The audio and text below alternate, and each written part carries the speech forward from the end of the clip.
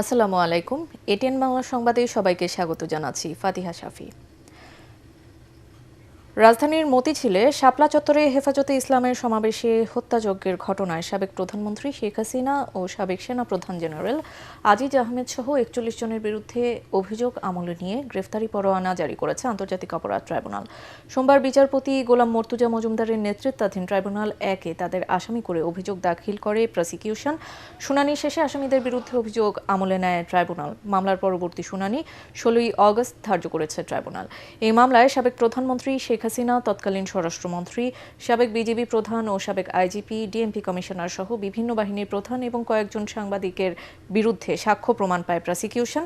২০১৩ সালের ৫ই মে শাপলা চত্বরের এ ঘটনা সারা দেশে ব্যাপক চাঞ্চল্য তৈরি করে। এ ঘটনায় ট্রাইব্যুনালের চিফ প্রসিকিউটর বরাবর অভিযোগ করেছিলেন হেফাজতে ইসলামের নেতা আজিজুল হক।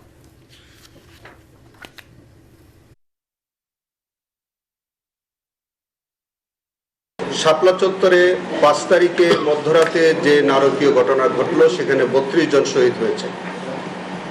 এইটি আমাদের আন্তর্জাতিক অপরাধ ট্রাইব্যুনাল আইনের ৩-এর সি ধারা মোতাবেক এটা একটা জেনোসাইড ছিল। আজকে মাননীয় ট্রাইব্যুনাল ৪১ জন আসামির বিরুদ্ধে অভিযোগ আমলে নিয়েছেন এবং যারা ইতিমধ্যে আমাদের কয়েকজন গ্রেফতার আছে তাদেরকে শরীরস্থির আবেদন সেটা মঞ্জুর করেছেন। যারা পলাতক আছে তাদের বিরুদ্ধে গ্রেফতারি পরোয়ানা জারি করা হয়েছে। তীব্র গ্যাস সংকটে নাকাল রাজধানীবাসী বাসা বাড়িতে জ্বলছে না রান্নার চুলা, সিএনজি ফিলিং স্টেশনগুলোতে যানবাহনের দীর্ঘ সারি। গ্যাসের সংকটে ব্যাহত হচ্ছে শিল্প কারখানায় উৎপাদন। ভুক্তভোগীদের আশা সরকারের আন্তরিকতায় দ্রুত সংকটের সমাধান হবে। এদিকে আগামী সপ্তাহ থেকে গ্যাসের সংকট কমবে। পরের সপ্তাহ থেকে সরবরাহ স্বাভাবিক হবে বলে জানিয়েছেন জ্বালানি প্রতিমন্ত্রী অনিন্দ্য ইসলাম অমিত। সচিবালয়ে এক সংবাদ সম্মেলনে একথা জানান তিনি। ইন্ডাস্ট্রিজগুলো তাদের প্রোডাকশন তাদেরকে কম্প্রোমাইজ হয়েছে। সিএনজি স্টেশনগুলো আপনার গণপরিবহনের ক্ষেত্রে একটাই হয়েছে। এই কারণে আমরা আন্তরিকভাবে দুঃখ প্রকাশ করছি জনগণের কাছে, কিন্তু বলতে কোনো দ্বিধা নেই এটা সরকারি কোনো প্রতিষ্ঠানের কোনো ত্রুটি না, একটা বেসরকারি প্রতিষ্ঠান, বাট স্টিল তারা দেশের এই সাপ্লাইটা তারা ইনশিওর করে। আমরা তাদের সাথে যৌথভাবে কাজ করছি। আমরা এই মুহূর্তে তাৎক্ষণিক আমরা সমাধান দিতে পারছি না, এটা আমাদের সীমাবদ্ধতা। আমরা এই জন্য বারংবার এটার জন্য দুঃখ প্রকাশ করছি, কিন্তু আমরা একেবারে 24/7 আমাদের টিম তাদের সাথে একান্তভাবে কাজ করছে। আমরা যেটা বললাম যে আমরা আশা করছি আগামী সপ্তাহ থেকে পরিস্থিতি উন্নয়ন হবে ইনশাআল্লাহ। রাষ্ট্রীয় প্রতিষ্ঠানে চেয়ারম্যান, এমডি, ডিজি ও সিইও পদে দলীয় লোকদের নিয়োগ দিয়ে সরকার জুলাই চেতনার পরিপন্থী কাজ করছে বলে অভিযোগ করেছেন AB party chairman Mujibur Rahman Manju. Dhaka reporters unity জুলাই অভ্যুত্থানে সাংবাদিকদের ভূমিকা নিয়ে আলোচনা সভায় একথা বলেন তিনি। এ সময় অন্তর্বর্তী সরকারের সাবেক উপদেষ্টা ফরিদা আক্তার অভিযোগ করে বলেন, ৫ই অগস্ট সরকারের পতন হলেও ফ্যাসিবাদী কাঠামোতে এখনও দেশ চালাচ্ছে বিএনপি।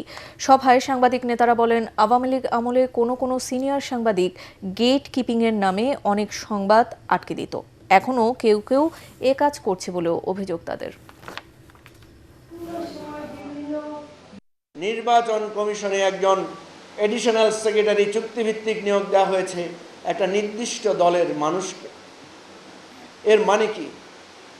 এর মানে হচ্ছে সামনে স্থানীয় সরকার নির্বাচনকে ম্যানিপুলেট করার জন্য এক ধরনের চেষ্টা। স্বায়ত্তশাসিত কর্পোরেশনে একেবারে অ্যাবসলিউটলি দলীয় লোকদেরকে নিয়োগ দেওয়া হয়েছে।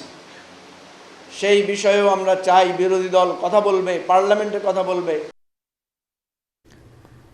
এবার খেলার খবর। প্রতিভা অন্বেষণে প্রথমবারের মতো আয়োজিত নতুন কুড়ি স্পোর্টসের সমাপনী আজ। গত ২রা মে সিলেটে যে মহতী অভিযাত্রা শুরু হয়েছিল তার সফল সমাপ্তি ঘটবে বিকেলে। আর্মি স্টেডিয়ামে প্রতিযোগিতার সমাপনী ঘোষণা করবেন প্রধানমন্ত্রী তারেক রহমান। সমাপনীতে অনুষ্ঠিত হবে ফুটবল ইভেন্টের বালক ও বালিকা বিভাগের 2টি ফাইনাল এবং 2টি 100 মিটার স্প্রিন্টের ফাইনাল। ক্রীড়া হলে পেশা, পরিবার পাবে ভরসা স্লোগানের কর্মসূচির লক্ষ্য হল ক্রীড়াকে পেশা হিসেবে প্রতিষ্ঠা করা। এবারের প্রতিযোগিতায় 12 থেকে 14 বছরের প্রায় 1,70,000 কিশোর কিশোরী ফুটবল, ক্রিকেট, কাবাডি, অ্যাথলেটিক্স, সাঁতার, দাবা, ব্যাডমিন্টন ও মার্শাল আর্ট এই 8টি ক্রীড়া প্রতিযোগিতায় অংশ নেয়। সমাপনী অনুষ্ঠানে সভাপতিত্ব করবেন ক্রীড়া প্রতিমন্ত্রী আমিনুল হক। মাননীয় প্রধানমন্ত্রী তিনি এসে সরাসরি চলে গেছেন মাঠে, একেবারে ট্র্যাকে তিনি শিক্ষার্থীদের কাছাকাছি চলে গেছেন তাদের সাথে কথা বলছেন। হাজার হাজার শিক্ষার্থী আজকে এসছেন খেলা উপভোগ করতে, তারা এই দিনটার সাক্ষী হতে। যাদের জন্য এই আয়োজন, এই শিক্ষার্থীদের নিয়েই এই চমৎকার আয়োজন। নেপালের কাঠমান্ডুতে বাংলাদেশ দূতাবাসে অনুষ্ঠিত হয়েছে বাংলাদেশ ম্যাঙ্গো ডেলিকেসি শীর্ষক বিশেষ আম উৎসব। অনুষ্ঠানে সার্ক সচিবালয়ের মহাসচিব রাষ্ট্রদূত মোহাম্মদ গোলাম সারোয়ার, নেপালের পররাষ্ট্র মন্ত্রণালয়ের দক্ষিণ এশিয়া বিভাগের যুগ্ম সচিব গহেন্দ্র রাজভাল্লারি অংশ নেয়।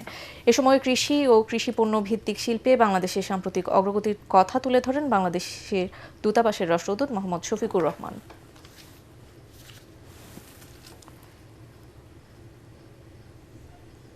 পরবর্তী সংবাদ দেখার আমন্ত্রণ জানিয়ে এখনকার মতো শেষ করছি। এটিএন বাংলা সংবাদ ইউটিউবে দেখতে ব্রাউজ করুন youtube/ATN বাংলা নিউজ। ধন্যবাদ।